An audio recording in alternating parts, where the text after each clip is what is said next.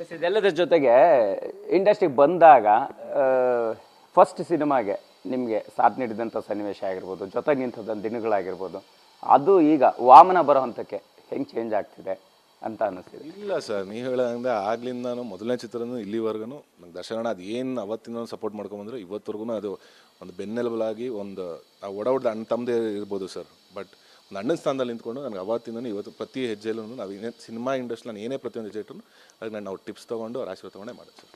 ಎಷ್ಟು ಈಗ ನಿಮ್ಮ ಸಿನಿಮಾದ ಪ್ರತಿಯೊಂದು ಜಲಕ್ ನೋಡಿದ್ದಾರೆ, ಸೀನ್ಸ್ ನೋಡಿರ್ತಾರೆ, ಅದನ್ನು ಅಪ್ರಿಷಿಯೇಟ್ ಮಾಡ್ತಾರೆ, ಜೊತೆಗೆ ಅದನ್ನು ನೋಡೋಕೆ ಟೈಮ್ ಕೊಡ್ತಾರೆ, ಎಲ್ಲವನ್ನೂ ಕೂಡ ನಿಮ್ಮ ಜೊತೆ ಸ್ಪೆಂಡ್ ಮಾಡಿರ್ತಾರೆ ದರ್ಶನ್ ಸರ್. ಸೊ ಈ ಸಿನಿಮಾಗೆ ಪರ್ಟಿಕ್ಯುಲರ್ ಆಗಿ ವಾಮನನಿಗೆ ಅವರ ಶುಭ ಹಾರೈಕೆ ಹೆಂಗಿತ್ತು? ಈಗಾಗಲೇ ಗೊತ್ತಿದೆ, ಬಟ್ ಆದರೆ ನಿಮ್ಮ ಮುಖಾಂತರ ಮೊದಲು ಶುರುವಾದಾಗ ಹೆಂಗಿತ್ತು? ಇಲ್ಲ ಸರ್, ತುಂಬ ಖುಷಿ ಇತ್ತು. ಆ್ಯಕ್ಚುಲಿ ನಾನು ಒಂದು ಪಾಯಿಂಟ್ ಆಫ್ ಟೈಮಲ್ಲಿ ಅವ್ರಿಗೆ ಈ ಸಿಚುವೇಶನಲ್ಲಿ ನಾನು ಯಾವುದೇ ಕಾರ್ಯಕ್ರಮಕ್ಕೆ ಕರಿಬಾರ್ದು ಅಂತ ಅಂದಿದ್ದು. ಬಟ್ ಏನಂದರೆ ಅಣ್ಣನೇ ಪಾಪ ಇಲ್ಲ ಬಾಯಿಲಿ ನಾನು ಮಾಡ್ಕೊಡ್ತೀನಿ ಅಂತ ಅವರೇ ಕರೆದು ಟ್ರೈಲರ್ ನೋಡಿದ್ರು. ಟ್ರೈಲರ್ ತೋರಿಸಾದ್ಮೇಲೆ ಇಲ್ಲ ಅಮ್ಮ ನಾನು ಶೂಟಿಂಗ್ ಹೋಗ್ತೀನಿ, ಶೂಟಿಂಗ್ ಹೋಗೋ ಕಾರಣ ನಾನು ಈಗಲೇ ಒಂದು ವಿ ಟಿ ಮಾಡಿ ಶೂಟ್ ಮಾಡಿಕೊಡ್ತೀನಿ ಅಂದರು. ಶೂಟ್ ಮಾಡಿಕೊಟ್ರು. ಅದಾದ ನಂತರ ಅವ್ರಿಗೆ ಟ್ರೈಲರ್ ನೋಡೋಕೆ ಖುಷಿ ಆಯಿತು, out and out action mass ಇದೆ ಅಂತ.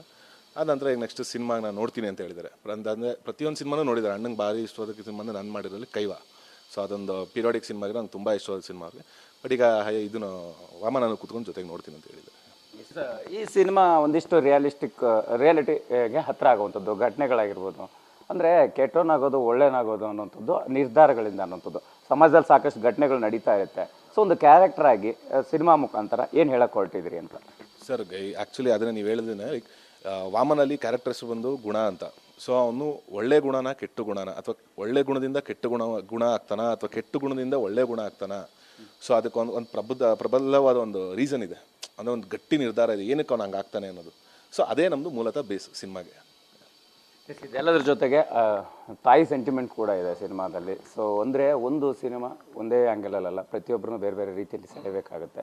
ಆ ಹಂತದಲ್ಲಿ ಹೆಂಗೆ ಕನೆಕ್ಟ್ ಆಗ್ಬೋದು ಅನ್ನೋಂಥದ್ದು ಸರ್. ಅಂದರೆ ಪ್ರತಿಯೊಬ್ಬರು ಕೂತ್ ನೋಡುವಂಥ ಸಿನಿಮಾ. ಅಂದರೆ ಇದೇನೋ ಎಲ್ಲೋ ಈಗ ಪೋಸ್ಟರ್ಸ್ ನೋಡಿರ್ಬೋದು ಅಥವಾ ಇದನ್ನ ಡಿಸೈನ್ಸ್ ನೋಡಿದಾಗ ಕಂಪ್ಲೀಟ್ ಔಟ್ ಆ್ಯಂಡ್ ಮಾಸು ರಕ್ತ ಅದಂತ ಇಲ್ಲ. ಬಟ್ ಎಲ್ಲ ವರ್ಗದ ಜನಕ್ಕೂ ಇದು ಕನೆಕ್ಟ್ ಆಗುತ್ತೆ. ಲೈಕ್ ಲವ್ ಸ್ಟೋರಿ ಇದೆ, ಫ್ರೆಂಡ್ಶಿಪ್ ಇದೆ, ತಂದೆ ತಾಯಿ ಸೆಂಟಿಮೆಂಟ್ ಇದೆ, ಜೊತೆಗೆ ಒಂದು ಇವತ್ತಿನ ನಡೀತಿರೋ ಸಮಾಜದಲ್ಲಿ ನಡೀತಿರೋಂಥ ಕೆಲವು ಘಟನೆಗಳು ಯಾವ ಥರ ಅಂದರೆ ಬ್ಯಾಕ್ಗ್ರೌಂಡಲ್ಲಿ ನಡೀತಾ ಇರುತ್ತೆ, ಅದು ಜನಕ್ಕೆ ಗೊತ್ತಿರಲ್ವಲ್ಲ. ಸೊ ಆ ಥರದ ಕೆಲವೊಂದು ವಿಚಾರಗಳು ಪ್ರತಿಯೊಂದು ವರ್ಗಕ್ಕೂ ಕನೆಕ್ಟ್ ಆಗೋಂಥ ಕತೆ Vamana.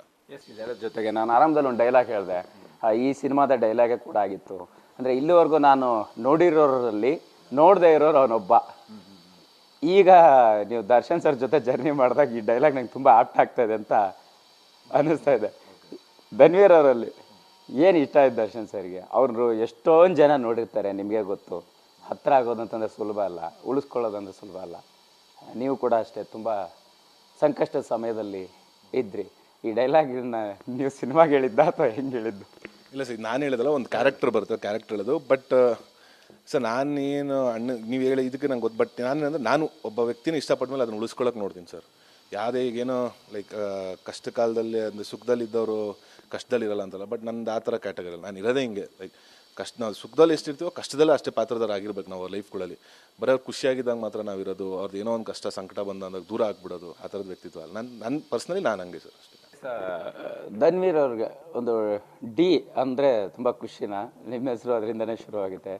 Darshan sir D boss ಅಂತ ಇರ್ತಾರೆ. ಸರ್ ಅದು ಯಾವತ್ತಿರೋ ಡಿ ಅನ್ನೋದು ಅವರೊಬ್ಬರಿಗೆ ಸರ್, ದರ್ಶನ್ ಅಣ್ಣನಿಗೆ ಸೀಮಿತ. ನಾವೆಲ್ಲ ಅದೊಂದು ದೊಡ್ಡ ಆಲದ ಮರ ಅವ್ರ ಕೆಳಗಡೆ ಬೆಳ್ಕೊಂಡು ಹೋಗ್ತಾರೋ ನಾವು ಅಷ್ಟೇ ಸರ್. ಅದು ಯಾವತ್ತಿದೋ ಅವ್ರಿಗೆ ಅದು ಖಂಡಿತ. ಅಂದರೆ ನಿಮ್ಮ ಪ್ರತಿ ಹೆಜ್ಜೆಯಲ್ಲಿ ಜೊತೆಯಾಗಿ ನಿಂತಾರೆ. ಬಟ್ ನಾನು ಅಂದರೆ ಒಂದು ನೀವು ನಿಂತಂಥ ಜರ್ನಿ ನಾನು ನೆನಪಿದೆ. ಅದನ್ನು ತುಂಬ ಹೇಳಬಹುದು ಅಂತ ಇಲ್ಲ, ಬಟ್ ಅದರ ಸನ್ನಿವೇಶ ತುಂಬ ವಿಶೇಷ. ನೀವು 2 ದಿನ ಪರಪ್ಪನ ಘಾರಕ್ಕೆ ಬಂದ್ರಿ. ಅಂದರೆ ಆ ಸಿಚುವೇಶನನ್ನು ಫೇಸ್ ಮಾಡೋದು ಈಸಿ ಇರಲಿಲ್ಲ.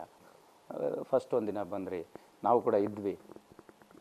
ಅಂದರೆ ಏನು ಹೇಳಬೇಕು, ಏನು ಮಾತಾಡಬೇಕು ಅನ್ನೋದು ನಿಮ್ಗೆ ಗೊತ್ತಿರ್ತಿರ್ಲಿಲ್ಲ. ಬಟ್ ಅದು ಸಾಕ್ತಾ ಸಾಕ್ತಾ ಸಾಕ್ತಾ ಕೊನೆ ಹಂತಕ್ಕೆ ದರ್ಶನ್ ಸರ್ ಹೇಳಿರೋ 3 ಹೆಸರಲ್ಲಿ ನಿಮ್ಮ ಹೆಸರು ಉಳಿಯೋ ಹಂತಕ್ಕೆ ಜರ್ನಿ ಹೆಂಗಾಯಿತು ಸರ್? ಅದು ಎಷ್ಟು ಡಿಫಿಕಲ್ಟೀಸ್ ಇತ್ತು? ಇಲ್ಲ ಸರ್, ಅದೊಂದು 6-7 ಮಂತ್ಸ್ ಅದೊಂದು ಅದೇ ಲೈಕ್ ಅದು ನೆನ್ಸ್ಕೊಳ್ಳೋಕ್ಕೂ ಇವಾಗ ಒಂಥರ ಆಗುತ್ತೆ. ಯಾಕಂದರೆ ಎಲ್ಲ ಥರ ಇದ್ದಿದ್ದು ವ್ಯಕ್ತಿಗೆ ಒಂದು ಏನೋ ಒಂದು ಬ್ಯಾಡ್ ಟೈಮ್ ಅಂತ ಬಂದು ಆ ಥರ ಕೂರಿಸ್ಬಿಡ್ತಲ್ಲ. ಬಟ್ ಯಾರ ಜೀವನದಲ್ಲಿ ಆ ಥರದ್ದು ಆಗಬಾರ್ದು. ಬಟ್ ಏನೋ ಅದೊಂದು ಬ್ಯಾಡ್ ಟೈಮ್ ಏನೋ ಆಗಿದೆ. ಬಟ್ ಆ ದಿನಗಳಂತೂ ಯಾವತ್ತೂ ನಾವು ಮರೆಯೋಕ್ಕಾಗಲ್ಲ ಸರ್. ಅದೊಂಥರ ಬೇರೆ ಥರ